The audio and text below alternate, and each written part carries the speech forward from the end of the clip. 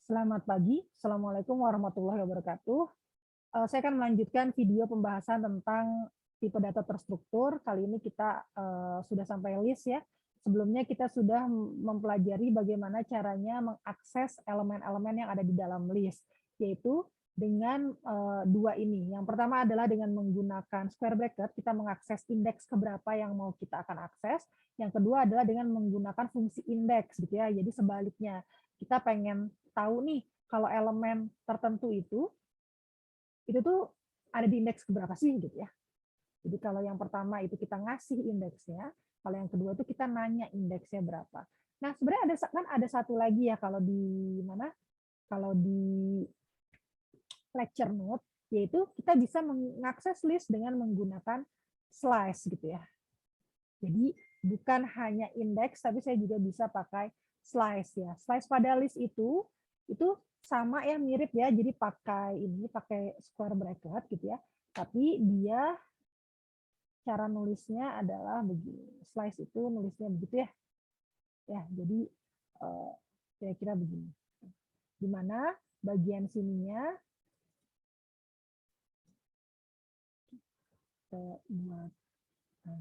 ini adalah mulainya, kemudian ini adalah dia berakhir di mana. Tapi selalu diingat kalau misalnya bentuk-bentuk seperti ini ya sama kayak for itu dia berhentinya tuh sebenarnya di posisi n minus 1 gitu ya. Bukan pas di end-nya gitu ya. Jadi kalau saya misalnya punya 1 sampai 5 itu artinya ini sebenarnya 1, 2, 3, 4 gitu ya. Jadi sampai n minus 1. Oke. Nah, apa maksudnya start atau end? Nah, kalau list itu kan bisa panjang gitu ya isinya ya, kayak tadi yang sebelumnya sudah saya hapus. Jadi 3, 5, 2,5, terus saya bisa juga isinya 7 sama high misalnya. Terus saya bisa isinya true gitu ya. Bisa isinya 4 misalnya. Ini misalnya values. Nah, ini misalnya values gitu. Ini ada di 0 ini indeks ke-0, indeks ke-1, indeks ke-2, indeks ke-3, indeks ke-4, indeks ke-5 gitu ya. Nah, misal gitu ya. Saya itu hanya mau mencetak 2 ini saja gitu. Nah, saya hanya ingin mencetak 2 aja gitu. Gitu ya. Nah, gimana caranya gitu. Mungkin yang lebih gini deh ya. Saya pengen bikin quiz list gitu. Kalian kan misalnya punya kuisnya banyak ya. Misalnya pertama dapat 50, terus dapat 80, terus dapat 90, dapat 70, dapat 100, misalnya dapat 95, dapat 3, misalnya 1, 2, 3, 4, 5, 6, 7. Ya, dapat 100 lagi, terus dapat 50, misalnya dapat 100 lagi, kayak gitulah ya. Misalnya ya, ini posisi ke Oke, kira-kira begitu ya. Nah, misalnya kalian itu hanya ingin mencetak kuis 3 kuis sebelum UTS misalnya gitu ya. Nah, sebelum UTS itu kan kalian tahu nih ya minggu ke-7 gitu ya. Berarti saya mau mencetak ini aja gitu. 3 kuis sebelum UTS gitu. Berarti yang ada salah ya. Berarti di sini ya. 3 kuis anggap berarti kan kalau sebelum UTS kan kalian udah 7 kali kuis tuh 1 2 minggu ke-1, minggu ke-2, 3, 4, 5, 6, 7 gitu ya. Nah, kalian hanya ingin mencetak 3 kuis sebelum UTS saja gitu. Artinya saya mau mencetak elemen ke 5, 6 dan 7 gitu kan ya yang berada di indeks ke-4, 5 dan 6. Nah, alih-alih saya mencetaknya begini, kan sebenarnya saya bisa aja nyetaknya udah gini aja Bu. Kayak list 4, kilis 5, kilis 6 gitu kan bisa kan ya. Nanti yang kecetak adalah 195,83 gitu. Nah, alih-alih saya menulis sepanjang ini, toh ini kan sama-sama ada di kilis gitu ya. Jadi saya bisa pakai slice gitu. Caranya adalah saya bilang ke komputer bahwa tolong dong cetak keylist ini mulai dari yang 4 ini, ya mulai dari sini, gitu ya, sampai berapa? Sampai 6 kan? Nah kalau sampai 6 berarti M-nya harus di 7. Gitu. Jadi ini yang dicetak adalah keylist 4, 5, 6, udah 4, 5, 6 sampai sebelum 7 gitu kan ya. Begitu kira-kira. Jadi untuk menyederhanakan yang bagian atas yang ini, menyederhanakan yang ini. Karena sama-sama di keylist gitu. Kecuali saya pengen nyetaknya 100 terus nyetak 5 yang di list yang lain ya itu mah nggak bisa gitu ya pakai slice. Gitu. Tapi karena ini sama-sama di list yang sama maka saya bisa pakai slice. Gitu. Nah slice ini kombinasinya adalah ini ya dua-duanya terisi gitu ya, atau yang satu saja yang terisi yang di depan, atau yang di belakangnya saja yang terisi gitu ya. Jadi ada 3 kemungkinan lah kira-kira begitu. Oke. Nah misal saya ingin mencetak apa ya, misalnya saya ingin mencetak yang mana dulu ya? Yang ini dulu gitu ya. Yang ini kan udah ya, yang ini udah ya. Yang 4 sama 7. Misalnya saya cuman bilang print keylist, ini dong, mau dong dicetakkan apa namanya?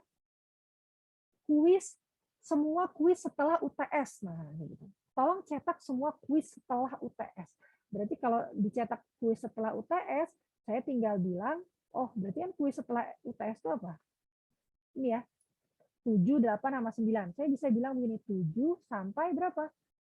Sampai 10 dong harusnya. Nggak usah, karena kan ini udah mentok ya. Saya bisa aja bilangnya gini aja. Gitu. 7 sampai habis lah pokoknya gitu, nggak tahu berapa. Gitu. Nah, berarti kalau dalam kasus ini yang dicetak adalah indeks 7, indeks 8, dan indeks 9. Gitu ya. Jadi 7 sampai ke belakang. Nah, kalau misalnya belakangnya aja, nah itu saya bisa mengganti, kalau ini kan saya mencetak kuis setelah UTS. Semua ya, semua kuis. Nah, sekarang kalau perintahnya adalah cetak semua kuis sebelum UTS. Artinya, pokoknya semuanya sebelum UTS. Gitu. Berarti kan sampai sini nih gitu ya. Berarti saya bisa tulisnya gini, list, ininya saya kosongkan saja sampai 7. Gitu. Ya, jadi kalau begini yang sesudah UTS, yang begini yang sebelum UTS. Jadi ini akan tercetak 0, 1, 2, 3, 4, 5, 6 gitu. Oke.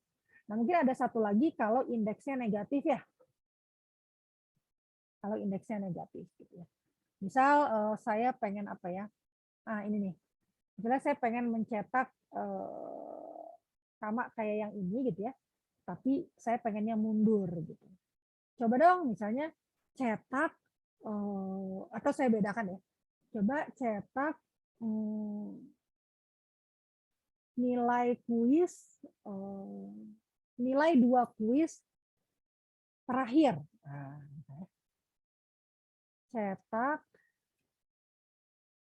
cetak 2 kuis terakhir.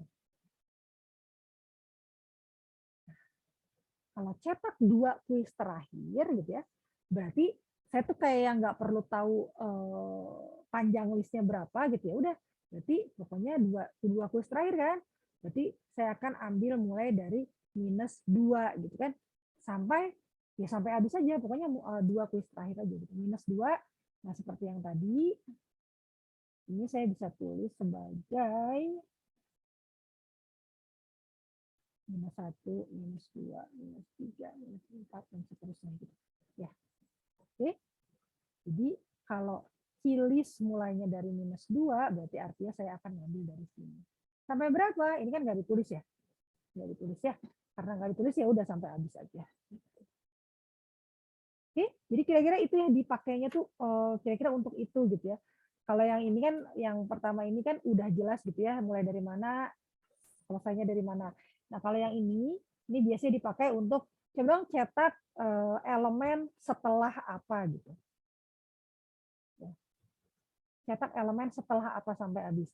Kalau yang ini berarti cetak elemen dari pertama sampai sebelum ini. Kalau yang ini, yang pakai minus, ini biasanya cetak berapa berapa elemen terakhir. Nah, seperti biasa, tolong kalian coba-coba sendiri gitu ya. Jadi dengan menggunakan kombinasi yang ini, gimana nih kalau misalnya minusnya itu di belakang, kayak gitu kan belum ada nih ya contohnya ya. Oke, gimana kalau saya dikasih minus tapi bagian M-nya saya isi angka juga gitu misalnya. Nah, hal-hal yang seperti itu yang kalian perlu penasaran dan kemudian kalian coba sebagai latihan gitu ya. Kalau yang bagian ininya sudah paham. Oke, jadi ini adalah bagian terakhir dari ini ya materi yang mengakses elemen list.